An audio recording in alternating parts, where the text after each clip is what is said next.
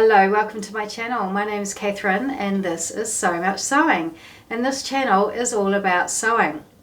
But this video is actually my response to the hashtag that's currently going around, the sewing edition of this or that. I was tagged into this by the lovely Christine from Gemini Stitches. She has recently just put her video out with her answers to this or that, and she tagged in a number of YouTubers, and I thought actually it would be really fun to do this. I didn't realize that Christine had done this, but one of my viewers, Zelda, who has her own channel, Zelda Sews, pointed it out to me, and so I thought, yeah, look, I'm going to do this. So this is just an extra video that I'm going to pop in sort of part way through the week, and I hope that you find it interesting. It might tell you a little bit more about what goes on in this mind of mine. This hashtag, the sewing edition of this or that, was started by Julie from the Curated Curvy. So I will link her below and link to her blog below as well, explaining all about where she got the idea from for doing this hashtag. And so Julie put together this list of questions for us to follow. So that is what I'm going to do. I've got them down here and I'm going to read them off and answer them as we go. I haven't put too much thought into this, so it's just kind of a bit of an off-the-cuff thing. The first topic is sewing prep. And the first question in sewing prep is shopping new versus stash busting. And so I do a little bit of both of those. I went through a phase a while ago of buying a lot of fabric, and I mean a lot. So I've got a lot in my stash. Obviously, I had a bit more disposable income at the time because I can't really afford to buy as much fabric as I used to do. So I do use fabrics from my stash. That's not to say that if I see something that I really like in the store, that's not to say I'm not going to buy that, because I will. That's what I do. I buy fabric, I buy patterns. So I do a little bit of both. I shop new and I also shop my stash. I have to get my stash down. It is ridiculous. The next question is PDFs versus paper patterns. And I go for PDFs most of the time. I don't make a lot of big four patterns. I do have quite a stash of them, of course. I've got some kind of disease.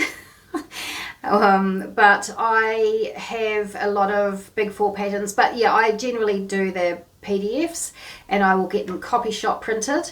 And that is generally how I like to roll.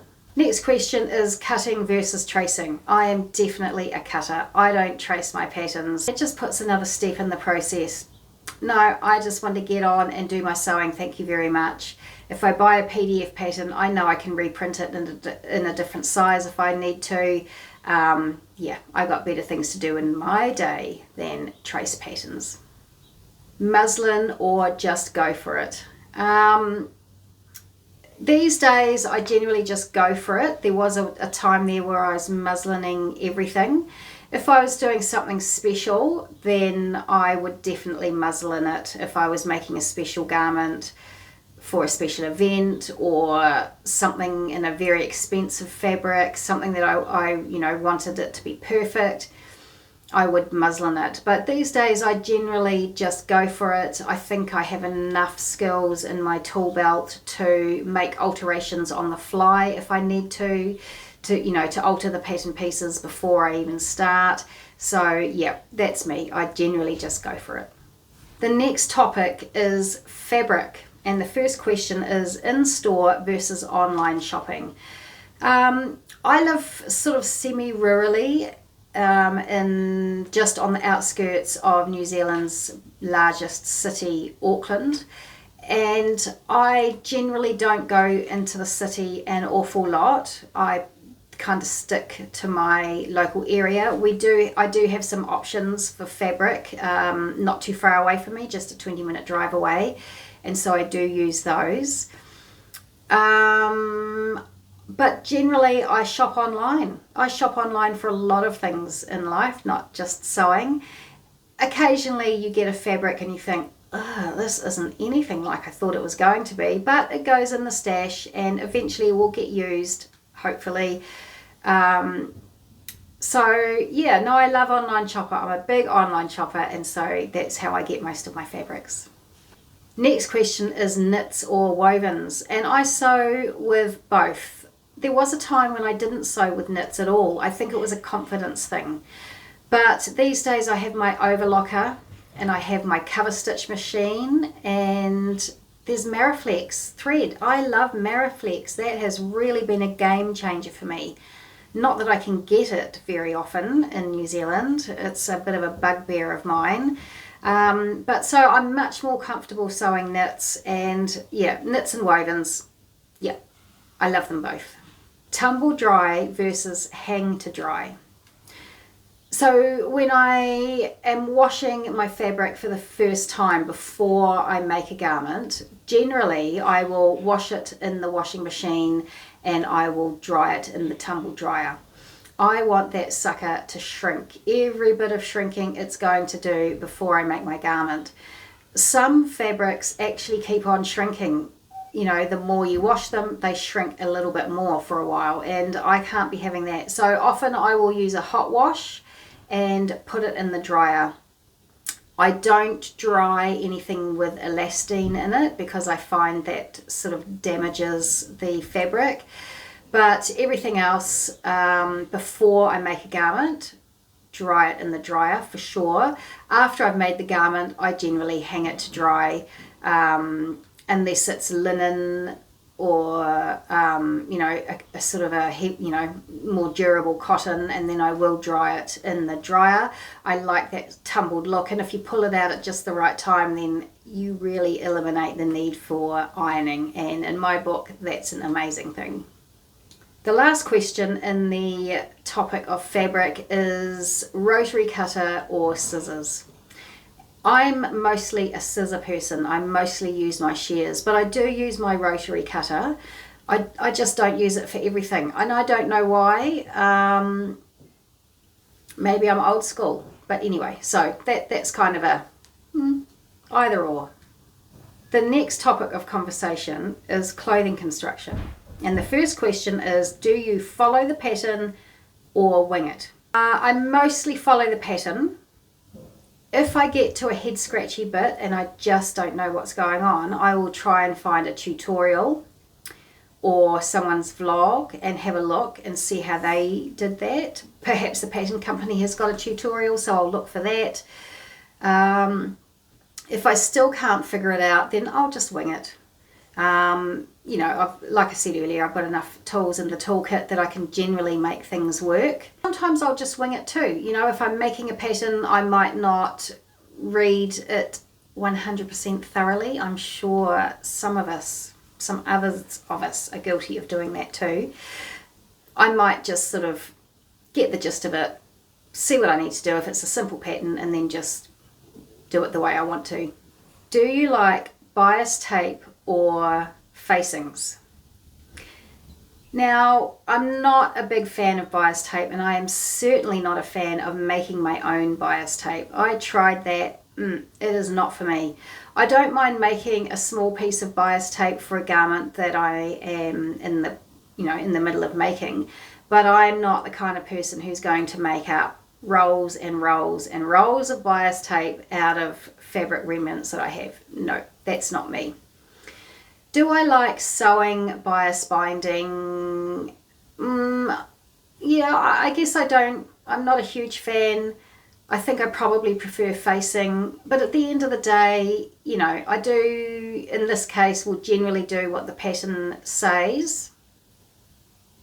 Yeah, I don't really know how to answer that one. That could be either or. Do I go for serged seams or French seams? Well, that just depends on the fabric. If it's a nice, lovely, lightweight fabric, then, I can do French seams, no drama at all. And equally, I can do serged seams or overlocked seams. I'm happy with either. Most of the time I do overlocking, but not at all against French seams. Am I a button fly kind of a gal or a zip kind of a gal? Well, I don't make trousers. I've made one pair of trousers recently, and that was a zip, and I haven't ended up wearing them. I'm just not a maker of trousers at the moment. I may well be in the future. I would like to be a maker of trousers, but it's not something that I do at the moment, so I can't really answer that question. You can put a button fly or a zip fly on a skirt as well, but I'm not a skirt person. I don't wear skirts. I wear dresses or I wear ready-made pants. That's just the way I roll. Do I sew buttons by hand or by machine? I've tried sewing on buttons with a machine and I just don't get why it's a thing. Because you've got to muck around with it, you've got to set things up and, no, I sew buttons on by hand. And in fact, I've seen some tutorials recently showing how to sew buttons on really, really nicely. And so I'm taking it all in and putting some of these into practice when I sew buttons these days. Because, I have to say, my button sewing was not pretty, but I think it has improved a lot. Happy to sew buttons by hand. Do I use fusible interfacing or sew-in interfacing? I don't use sew-in interfacing. I have purchased some in the past accidentally and I've used it for tracing. It's quite good for that, but no, I don't use sew-in interfacing. I'm just not sure that I've come across a situation where sew-in interfacing is preferable in what I'm making to fusible. Do I snip as I go or do it all at once? That's relating to threads. I usually snip as I go, maybe not absolutely as I go, maybe I do it in little batches throughout, but I generally don't leave it till the last thing and then snip all my threads, no. Do I press as I go or do it all at once at the end? I'm definitely a presser as I go. Every seam I make, I press it. My ironing board is behind me. I just turn around and iron it, press it. That's my preference, to make it all nice and neat as I go. The last topic is sewing habits. Am I a late night seamstress or a daytime seamstress? I'm definitely a daytime seamstress. I don't know why, but I don't sew at night. I've got a dedicated room, sort of down the hallway a little bit. It's a little bit cold sometimes, but I do have a heater, so I could put that on at night and sew. The lighting is not great in there. I do have, floor lamps and desk lamps and things that I turn on, so I could sew at night. No, I'm a daytime sewer. Am I a slow and steady sewer or a frantic sewer? Slow and steady. Yep, no, I'm slow and steady. And the last question is, am I a tidy as I go sewer or one big cleaning session? So I do a little quick tidy up at the end of each project normally, or certainly by the end of the second project. So mostly a sort of a small tidy up at the end of my sewing projects, and then every now and then I'll do a bit more of a spring clean. So I would say on that question, I'm more of a tidy as I go sewer. So that's the end of the questions. I hope that was a little bit interesting to you. It was quite fun to answer those questions. I know, as I said, that Christine from Gemini Stitches, she nominated me as part of a bunch of people, but I am just going to nominate 2 people. I'm going to nominate Zelda from Zelda Sews, because without Zelda I might not have realised that Christine had nominated me. I do know the Gemini Stitcher and I have watched her videos. but I may or may not have watched this one where she nominated me. So thank you, Zelda, and to thank you, I am nominating you to do your own version of the sewing edition of This or That. And I'm also going to nominate Katrina from Sew Something Pretty. I think Katrina will enjoy doing this video, so I hope you do, Katrina, and I look forward to seeing your version of the sewing edition of This or That. So thank you everyone for joining in to see this video today, and I look forward to seeing you on my next video. I hope you're well, I hope you're happy, and I hope you are getting lots and lots of sewing done. See you soon.